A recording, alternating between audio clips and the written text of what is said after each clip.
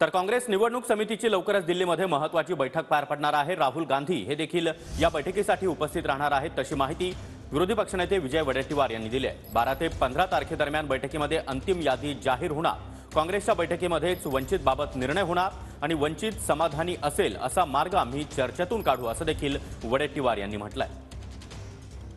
सोबत आहेत विरोधी पक्षनेते विजय वडेट्टीवारची। भाऊ, लवकरच काँग्रेसची पहिली यादी येण्याची शक्यता आहे, त्यात महाराष्ट्रातली काही नावं असण्याची शक्यता आहे। जोपर्यंत सीईसी अंतिम त्याच्यावर निर्णय घेत नाही, म्हणजे आमची काँग्रेस इलेक्शन कमिटी जी आहे, सेंट्रल इलेक्शन कमिटी, ती जोपर्यंत निर्णय घेत नाही, त्यांच्या पुढे अंतिम होत नाही, तोपर्यंत कोण आहेत हे सांगता येत नाही।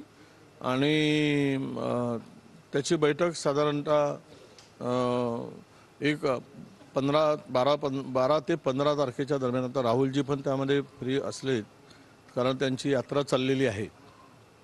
अशा स्थितीमध्ये मला वाटतं की आठवड्याच्या आत ही यादी अंतिम होईल।